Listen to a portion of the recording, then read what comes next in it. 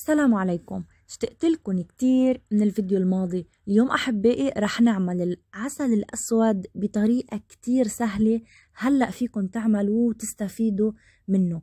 طريقته كتير بسيطة، بس قبل ما نبلش فيه بتمنى تحطوا لايك للفيديو إذا بعدكم ما اشتركتوا اشتركوا، وإذا حبيتوا الفيديو بتمنى تعملوا له شير على صفحاتكم ليستفيد الكل. بالبداية أحبائي أنا هون عندي زهورات أو ورود مثل ما شايفين، عندي كتير أصناف منهم، أو فيكم طبعا تستخدموا الزهورات البيتية الموجودة عندكم بالبيت. كلياتنا عنا زهورات بهيدا الوقت. عندي هون سكر قصب طبيعي 100%، بتقدروا تجيبوه من عند العطار. بتجيبوا سكر القصب مثل ما شايفين، لأنه اليوم طريقتنا رح نشتغلها كل شي طبيعي لنقدر نعمل العسل الأسود بنكهة جدا رائعة. وكمان رح نستحصل على الزهور من خلاصة الزهور، كل شي طبيعي لحتى نقضي على السعال، على البلغم، ولحتى طبعا يصير عنا نسبة حديد كتير كبيرة بقلب جسمنا بسبب طبعا هيدي المواد اللي رح نعملها. بالبداية أنا حطيت الزهورات بقلب المي. في عندي هون كتير زهورات، في عندي البابونج، عندي ورق الجوري، زهر الجوري، عندي كتير صراحة أصناف. حتى أني حطيت اللوز، حطيت كمان في عندي كمان ورق خاص بالورد كمان حطيته. يعني هيدول الزهورات مجمعين من الحديقة، عنا حديقة كبيرة وبجمع كل شي زهر فيها وكله بخلطه مع بعضه وبحط لهم البابونج، ونقدر طبعا نستفيد منهم بفصل الشتاء. بعملوا شرابي بيطلع كتير طيب، بالإضافة طبعا بيقضي على السعال وبيقضي على الانفلونزا بطريقة جدا سريعة وبيدفي كتير.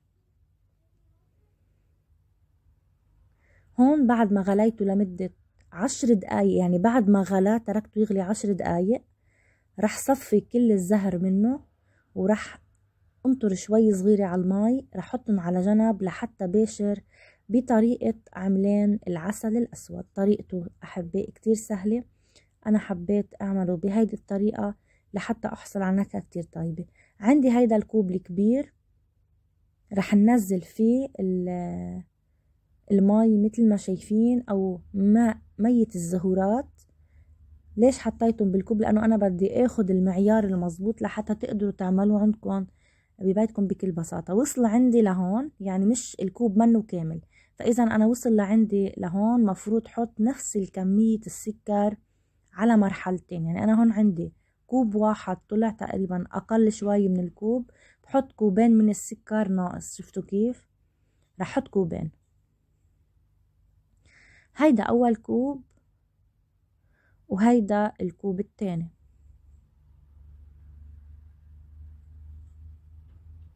معيارات ضرورية أحبائي، بالأي كوب موجود عندكم بالبيت خدوا المعيار وطبقوا. لو فرضنا مثلا أخدتوا كوب صغير من الزهورات، بناخد عليهم كوب كبير، أو نص كوب بناخد عليهم كوب كبير. أخدنا كوبين من المي بيصيروا 4 أكواب من السكر. أخدتوا كوب كامل من المية الزهورات، بناخد كوبين من السكر، يعني نص كوب مثل ما قلت لكم بصير عنا كوب كامل. فهيك معيارات بتصير مزبوطة. رح اعصر عليهم ليمون الحامض. الليمون الحامض كتير ضروري، لانه على المدى الطويل ممكن طبعا يصير في العسل تكتلات، يسكر معنا، يصير في سكر هيك مبين السكر. فالحامض مادة كتير مهمة، او ليمون الحامض مادة كتير مهمة لتمنع هيدا التسكير اللي بيصير بالعسل. رح نخلطهم ورح نشيلهم ونحطهم مباشرة على النار. هيدا العسل كتير مهم أحبائي للسعال، للبلغم، للإنفلونزا. فيكن تشربوا كباية حليب تحطوا ملعقتين عسل منه. بالشاي فيكن تحطوا العسل كمان. إذا عملتوا زهورات فيكن تحطوا من هيدا العسل.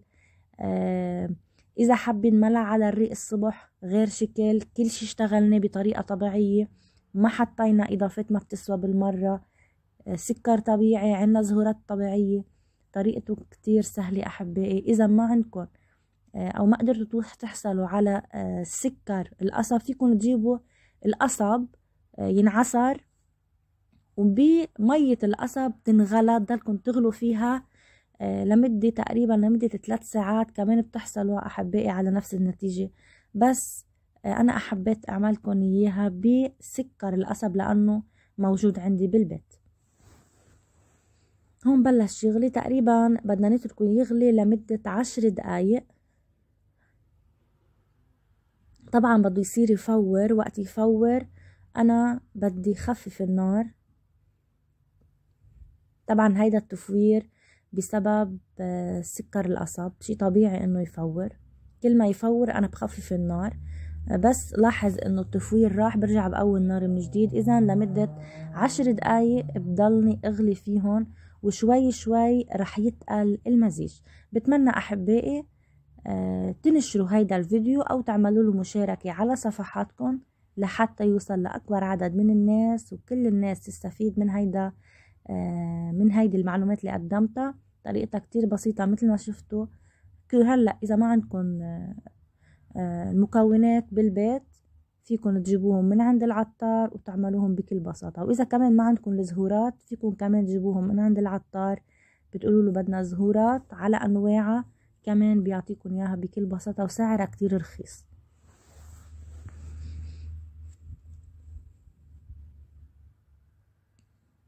وبتخيل كمان هلأ بالسوبر ماركت كمان بتلاقوا زهورات، وبتلاقوا كمان قصب سكر او سكر القصب. في يعني صار في منه كتير لانه كتير صار مطلوب، خاصة بيطلبوه هلأ بهيدي الايام بالسقعة بيطلبوا كتير قصب السكر، وبيطلبوا كمان زهورات.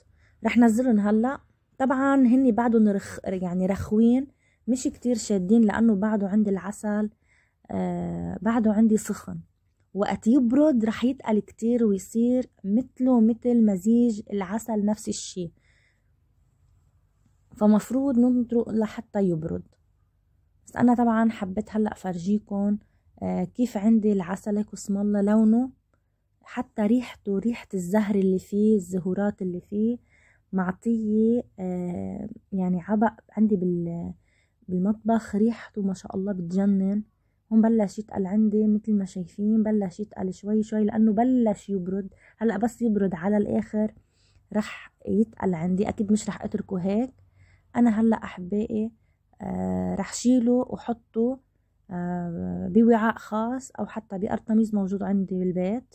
وانتو كمان فيكم تعملوا احبائي نفس الطريقة، مثل ما قلت لكم اعملوه واستفيدوا منه لانه كتير مهم بهيك اوضاع. ان شاء الله يا رب احبائي هيدا الفيديو يكون كتير حلو وعجبكم. عملنا كل شي طبيعي من السكر القصب ومن الزهورات، عسل بمنتهى الروعة. انا بحبكم كتير. الى اللقاء. رح اشتاق لكم للفيديو القادم. الى اللقاء.